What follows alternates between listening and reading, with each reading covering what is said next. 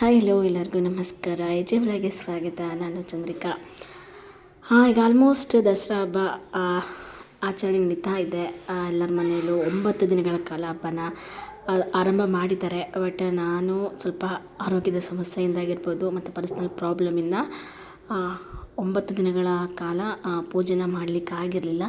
ಅದಕ್ಕೋಸ್ಕರ ಏನಾದರೂ ಕೊನೆಯದಾಗಿ 5 ದಿನನಾದರೂ ಅವಕಾಶ ಸಿಕ್ಕಿದೆ ಅಂತ ನಾವು ಖುಷಿ ಪಡಬೇಕು. ಹಾಗಾಗಿ ಮನೆಯೆಲ್ಲ ಕ್ಲೀನ್ ಮಾಡ್ಕೊಳ್ಳೋಣ ಅಂತಂದು ನಾಳೆಯಿಂದ ಹಬ್ಬನ ಸ್ಟಾರ್ಟ್ ಮಾಡಬೇಕು. 5 ದಿನಗಳ ಪೂಜೆ ಹಿಡಿಬೇಕಾಗುತ್ತೆ. ಅದಕ್ಕೋಸ್ಕರನೇ ಮನೆಯೆಲ್ಲ ಕ್ಲೀನಾಗಿ ಇಟ್ಕೋಬೇಕಾಗುತ್ತೆ, ಶುಭ್ರವಾಗಿರಬೇಕಾಗುತ್ತೆ. ನಾವು ಸಹ ಸ್ವಚ್ಛವಾಗಿ ಮನೆ ಕೂಡ ಸ್ವಚ್ಛಂದವಾಗಿ ಇಟ್ಕೋಬೇಕಾಗುತ್ತೆ. ಅದಕ್ಕೋಸ್ಕರ ನಾನು ಮನೆಯೆಲ್ಲ ಪ್ರತಿಯೊಂದು ಪಿನ್ ಟು ಪಿನ್ ಅದು ಯಾವ ಮೂಲೆಯೂ ಸಹ ಬಿಟ್ಟಿಲ್ಲ, ಅಷ್ಟು ಕ್ಲೀನ್ ಮಾಡಿದ್ದೀನಿ. ಯಾಕಂದರೆ ದಸರಾ ಹಬ್ಬ ಅಂದ ತಕ್ಷಣ ಅದು ಏನೋ ಒಂಥರ ತುಂಬಾ ಖುಷಿ, ಹೆಣ್ಮಕ್ಳ ಹಬ್ಬನೇ ಅಂತಲೇ ಹೇಳ್ಬೋದು. 5 ದಿನ ಆಗಿರ್ಬೋದು, 9 ದಿನ ಒಂಥರ ಅದ್ಧೂರಿಯಾಗಿ ಹಬ್ಬನ ಆಚರಣೆ ಮಾಡ್ತಾರೆ. ಬಟ್ ಈ ಕಡೆ ಎಲ್ಲ ಗೊತ್ತಿಲ್ಲ, ಬೆಂಗಳೂರು ಸೈಡ್ ಆಗಿರ್ಬೋದು, ಈ ಕಡೆ ನಮ್ಮ ಮನೆಯವರು ಊರ ಕಡೆ ಎಲ್ಲ. ಬಟ್ ನಮ್ಮ ಕಡೆ ಎಲ್ಲ ಈ ಹಬ್ಬನ ತುಂಬಾ ಅದ್ಧೂರಿಯಾಗಿ ಆಚರಣೆ ಮಾಡ್ತೀವಿ ಅಂತಲೇ ಹೇಳ್ಬೋದು. ಅದ್ಧೂರಿಯಾಗಿ ಆಚರಣೆ ಅಂದರೆ ದೇವಸ್ಥಾನಕ್ಕೆ ಹೋಗಿ ಬೆಳಗ್ಗೆನೇ 3 ಗಂಟೆಗೆ ಎದ್ದು ಫ್ರೆಶ್ ಅಪ್ ಆಗಿ ಪೂಜೆ ಸಾಮಾನೆಲ್ಲ ರೆಡಿ ಮಾಡಿ ಇಟ್ಕೊಂಡು ದೇವಸ್ಥಾನಕ್ಕೆ ಒಂದು 4 ಗಂಟೆಗೆ ಹೋಗಿ ದೇವಸ್ಥಾನಕ್ಕೆ ಹೋಗಿ ಎಲ್ಲ ಹೆಣ್ಮಕ್ಳು ದೇವಸ್ಥಾನಕ್ಕೆ ಬಂದಿರ್ತಾರೆ ಪೂಜೆ ಮಾಡಲಿಕ್ಕೆ. ಅದು ನೋಡಲಿಕ್ಕೆ ಒಂಥರ ಎಷ್ಟು ಖುಷಿಯಾಗುತ್ತೆ ಅಂತಂದು ಈಗ ನಾನು ಒಂದು 15 ವರ್ಷದಿಂದ ನಾನು ಮಾಡ್ಕೊಂಬಂತಿದ್ದೀನಿ. ಬಟ್ ಬೆಂಗಳೂರಿಗೆ ಬಂದಾಗಿನ ಒಂದು 2-3 ವರ್ಷದಿಂದ ನನಗೆ ಸ್ಕಿಪ್ ಆಗಿತ್ತು. ಬಟ್ 2 ಡೇಸ್ ಮಾತ್ರ ಇಳ್ತಾ ಇದ್ದೆ. ಇವತ್ತು ಮದುವೆ ಆದ ನಂತರದಲ್ಲಿ ಒಂದು ಅವಕಾಶ ಸಿಕ್ಕಿದೆ. ನಮ್ಮ ಮನೆಯವರು ಸಹ ತುಂಬ ಸಪೋರ್ಟಿವ್ ಆಗಿದ್ದಾರೆ. ಓಕೆ, ನೀನು ಪೂಜೆ ಮಾಡು ಅಂತೆಲ್ಲ ಹೇಳಿದರು. ಸರಿ, ಅದಕ್ಕೆ ಕೆಲವೊಂದು ನಿಯಮಗಳಿರ್ತವೆ, ಅದನ್ನು ಸರಿಯಾದ ರೀತಿಯಾಗಿ ಕಟ್ಟುನಿಟ್ಟಾಗಿ ಫಾಲೋ ಮಾಡಬೇಕಾಗುತ್ತೆ ಅಂತೆಲ್ಲ ಹೇಳಿದೆ. ಸರಿ, ಏನಾದರೂ ಆಗಲಿ ಸರಿಯಾಗಿ ಮಾಡು ಅಂತೆಲ್ಲ ಹೇಳ್ಬಿಟ್ಟು ಊರಿಗೆ ಕೂಡ ಹೋಗಿದ್ರು ಅವರು. ನಿನ್ನೆ ಸಂಡೇ ಇತ್ತು ಅಂಥೇಳಿ ನಾನು ಸಹ ಎಲ್ಲನೂ ಕ್ಲೀನ್ ಮಾಡಿಕೊಂಡೆ. ಆದಷ್ಟು ಎಷ್ಟು ಆಗುತ್ತೋ ಅಷ್ಟೆಲ್ಲ ಮಾಡಿದೆ. ಬಟ್ ಹೈಟು ನಾನು ಸ್ವಲ್ಪ ಕಡಿಮೆ ಇರೋದ್ರಿಂದ ಎಲ್ಲನೂ ಕ್ಲೀನ್ ಮಾಡಲಿಕ್ಕೆ ಆಗ್ತಾ ಇರಲಿಲ್ಲ. ಎಲ್ಲ ಹುಡ್ಕೊಂಡು ಎಷ್ಟಾಗುತ್ತೋ ಅಷ್ಟೆಲ್ಲ ಒರೆಸ್ಕೊಂಡೆ. ಆಮೇಲೆ ನಮ್ಮ ಮನೆಯವರು ಸಹ ಬಂದ ನಂತರದಲ್ಲಿ ಅವರು ಸಹ ನನಗೆ ಮನೆ ಕೆಲಸಕ್ಕೆಲ್ಲ ತುಂಬಾ ಸಹಾಯ ಆದರು. ಸ್ವಲ್ಪ ಅಲ್ಲ, ತುಂಬಾ ಸಹಾಯ ಆದರು ಅಂತಲೇ ಹೇಳ್ಬೋದು.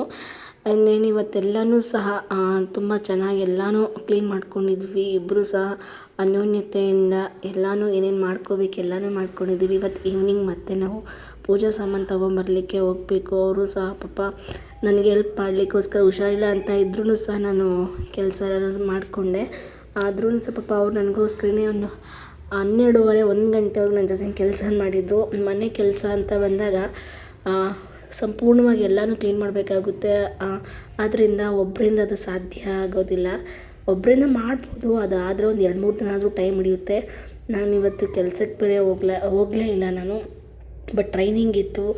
ಬಟ್ ನನಗೆ ಯಾಕೋ ನಾನು ಮಾಡ್ತಿದ್ದಂಥ ಕೆಲಸದಲ್ಲಿ ಏನೋ ತೊಂದರೆ ಆಗ್ತಾಯಿದೆ ಅಂತ ನನಗೇನೋ ಫೀಲ್ ಆಗ್ತಾಯಿದೆ. ಅದಕ್ಕೋಸ್ಕರನೇ ಏನೋ ಕೆಲವೊಂದು ಅಡೆತಡೆಗಳು ಬರ್ತಾ ಇದ್ದಾವೆ. ಅದಕ್ಕೋಸ್ಕರನೇ ನೋಡಬೇಕು, ಏನು ಮಾಡಬೇಕು ಅಂತಲೇ ಗೊತ್ತಾಗ್ತಾ ಇಲ್ಲ. ಒಂದು ಕಡೆ ಸ್ಟೇಬಲ್ಲಾಗಿ ಕೆಲಸ ಮಾಡ್ತಾ ಇದ್ದಾಗ ಏನೋ ಒಂದು ಅಚಾತುರ್ಯವಾಗಿ ನಮ್ಮ ಸರ್ರು ಡೆತ್ ಆದರು. ಆ ಒಂದು ಕಾರಣದಿಂದಾಗಿ ನೆಕ್ಸ್ಟ್ ಬೇರೆ ಕಡೆ ಗೆಲ್ಲೋದ್ರೂ ನನಗೆ ಆಗ್ತಾನೇ ಇಲ್ಲ. ಆದರೂ ಸಹ ಬಟ್ ನನಗೆ ಕಂಫರ್ಟ್ ಝೋನ್ ಅಂತಲೇ ಅನಿಸ್ತಾ ಇಲ್ಲ. ಏನು ಮಾಡಬೇಕು? ನಮ್ಮ ಮನೆಯವ್ರಿಗೆ ಅಂತೂ ಹೇಳ್ತಾ ಇದ್ದಾರೆ, ನನಗೆ ಇಂಟ್ರೆಸ್ಟೇ ಇಲ್ಲ ಅನಿಸ್ತಿದೆ, ಅದಕ್ಕೋಸ್ಕರನೇ ಹೋಗ್ತಾನೆ ಇಲ್ಲ ಇನ್ನು. ಯಾಕೆ ನಾನು ಕೆಲ್ಸಕ್ಕೆ ಹೋಗಲೇಬೇಕಾ ಅಂತೆಲ್ಲ ಕೇಳ್ತಾ ಇದ್ದೆ. ಆ ಥರ ಏನಿಲ್ಲ, ನಿನ್ನ ಇಂಟ್ರೆಸ್ಟು ಅಂತ ಹೇಳಿದ್ರು. ಬಟ್ ನಾನು ಓದಬೇಕು ಅಂತಲೂ ಲಾ ಮಾಡಬೇಕು ಅಂತ ನಾನು ಅಂತ ಕೇಳಿದೆ. ಮಾಡಿಸ್ತೀನಿ ಅಂತಲೂ ಸಂಪೂರ್ಣವಾಗಿ ಹೇಳ್ತಾ ಇದ್ದಾರೆ. ಬಟ್ ಒಂದು ಸಲ ಸಪ್ಪೆ ಮೊರೆ ಹಾಕ್ತಾರೆ. ಯಾಕೆ ಅಂತ ಕೇಳ್ತೀನಿ. ಅದಕ್ಕೆ ಅವರು, ಇಲ್ಲ ನೀನು ಓದಬೇಕು ಅಂತಂದರೆ ಇಲ್ಲೆಲ್ಲ ಓದಲಿಕ್ಕಾಗಲ್ಲ, ಕೆಲವೊಂದು ಟೈಮಲ್ಲಿ ಬೇರೆ ಕಡೆ ಬೇರೆ ಊರಿಗೆಲ್ಲ ಹೋಗಬೇಕಾಗುತ್ತೆ, ನಾನು ಒಬ್ಬನೇ ಇರಬೇಕು ಅಂತೆಲ್ಲ ಹೇಳ್ತಿರ್ತಾರೆ. ಅದು ನಿಜಾನೇ ಅಂತ ಅನಿಸುತ್ತೆ. ಸೊ ನೋಡ್ತಾ ಇರ್ಬೋದು, ಸಿಕ್ಕಾಪಟ್ಟೆ ಕೆಲಸ. ನಾನು ಅಂದ್ಕೊಂಡಿಲ್ಲ. ನಾನು ದೊಡ್ಡಮ್ಮನ ಮನೆಗಿದ್ದಾಗ ಅವ್ರು ಹೇಳ್ತಾಯಿದ್ರು, ಮನೆ ಕೆಲಸ ಅಯ್ಯೋ ಸಾಕಾಗೋಗ್ತಾಯಿದೆ ಮನೆ ಕೆಲಸ ಮಾಡೋಷ್ಟಿಗೆ ಅಂತ. ಏನಮ್ಮ ಬೆಳಗಿಂದ ಸಾಯಂಕಾಲದ ಮನೆಯಲ್ಲೇ ಇರ್ತೀಯ, ಅದು ಏನು ಕೆಲಸ ಅಂತಂದು. ಬಟ್ ಹೇಳ್ದಷ್ಟು ಸುಲಭ ಅಲ್ಲ. ನಾವು ಮಾಡಿದಾಗ ಅದರ ಅನುಭವ ಏನು ಅಂತ ಗೊತ್ತಾಗೋದು. ಮನೆ ಕೆಲಸ ಮಾಡಿಕೊಂಡು, ಮನೆ ಕ್ಲೀನ್ ಮಾಡಿಕೊಂಡು, ಪ್ರತಿಯೊಂದು A to Z ಎಲ್ಲ ಕ್ಲೀನ್ ಮಾಡಿಬಿಟ್ಟು, ಜೊತೆಗೆ ಊಟನೂ ಸಹ ಅಡುಗೆನೂ ನಾನೇ ಮಾಡ್ಕೊಂಡು ಊಟ ಮಾಡೋಂಥ ಪರಿಸ್ಥಿತಿ ಬಂತು. ಯಾಕಂದರೆ ನಮ್ಮ ಮನೆಯವ್ರು ಇಲ್ಲದೇ ಇರೋ ಕಾರಣದಿಂದಾಗಿ ಅವ್ರು ಊರಿಗೆ ಹೋಗಿದ್ರಲ್ವ. ಹಾಗಾಗಿ ಏನು ಮತ್ತು ಅನ್ನ ಸಾಂಬಾರು ಮಾಡೋದು ತುಂಬ ಲೇಟ್ ಆಗುತ್ತೆ ಅಂಥೇಳಿ ಸ್ವಲ್ಪ ಉಪ್ಪಿಟ್ಟು ಮಾಡಿಕೊಂಡು, ಉಪ್ಪಿಟ್ಟು ತಿಂದ ನಂತರದಲ್ಲಿ ಮತ್ತೆ ಎಲ್ಲ ಕೆಲಸನ ಮತ್ತೆ ಸ್ಟಾರ್ಟ್ ಮಾಡಿದೆ. ಬಾಕ್ಸಿಂದ ಪ್ರತಿಯೊಂದು ಹೇಳಿದ್ನಲ್ಲ A to Z ಎಲ್ಲ ಕ್ಲೀನ್ ಮಾಡಿದೆ ಅಂತಂದು ಆಯಿತು. ಇಷ್ಟೆಲ್ಲ ಕೆಲಸ ಮಾಡೋಷ್ಟಿಗೆ ಆಲ್ಮೋಸ್ಟ್ ಮಾರ್ನಿಂಗ್ ನಾನು 10 ಸ್ಟಾರ್ಟ್ ಮಾಡಿದ್ದು ನೈಟ್ 10ವರೆಗೂ ಆಗೋಗ್ಬಿಡ್ತು ಕೆಲಸ. ನನಗಂತೂ ಯಪ್ಪ ಮನೆ ಕ್ಲೀನ್ ಮಾಡೋದು ಅಂದರೆ ಸುಮ್ಮನೆ ಅಲ್ಲ ಅನ್ಕೊಳ್ಳಿ. ಒಂದು ಚಿಕ್ಕ ಮನೆಯೇ ಇಷ್ಟು ಥರ ಮಾಡ್ತಾಯಿದ್ದೀವಿ, ಇನ್ನು ದೊಡ್ಡ ಮನೇಲಿ ನಾವೇನಾದರೂ ಹೋದರೆ ಏನಪ್ಪ ಅಂತ ಅನಿಸ್ತಾ ಇದೆ. ಅಷ್ಟು ನನಗೆ ಆ ಥರ ಕೆಲಸ ಜಾಸ್ತಿ ಆಗ್ತಾಯಿದೆ. ಯಾಕಂದರೆ ಒಬ್ಬಳೇ ಇರೋದ್ರಿಂದ ತುಂಬ ಜಾಸ್ತಿ ಕೆಲಸ ಅನ್ನಿಸ್ತಾ ಇತ್ತು. ಎಲ್ಲ ಫೈನಲಾಗಿ ಎಲ್ಲ ಬಾಕ್ಸ್ ಎಲ್ಲ ಕ್ಲೀನ್ ಮಾಡಾದಮೇಲೆ ಎಲ್ಲನೂ ಜೋಡಿಸ್ಬಿಟ್ಟು ಅದನ್ನ ಹಾಕಿದೆ. ಅದಾದ ನಂತರದಲ್ಲಿ ಮನೆಯೆಲ್ಲ ಒರೆಸ್ಲಿಕ್ಕೆ ಉಪ್ಪು, ಅರಿಶಿಣ, ವಿನೆಗರು, ಸ್ವಲ್ಪ ಸೋಪ್ ಪೌಡ್ರು, ಇಲ್ಲಾಂದರೆ ಆಲ್ಟರ್ನೇಟ್ ಗೊತ್ತಿರುತ್ತೆ ಶಾಂಪು ಆಗಿರ್ಬೋದು, ಏನಾದರೂ ಯೂಸ್ ಮಾಡ್ಬೋದು. ಸೊ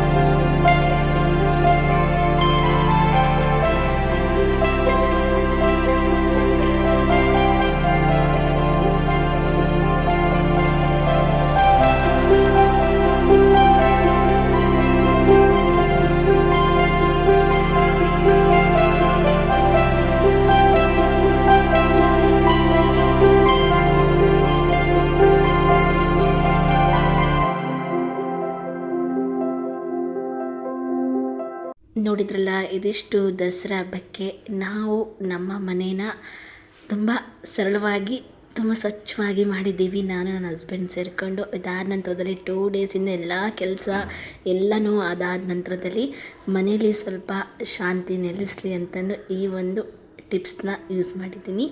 ಎಲ್ಲರಿಗೂ ನಮಸ್ಕಾರ.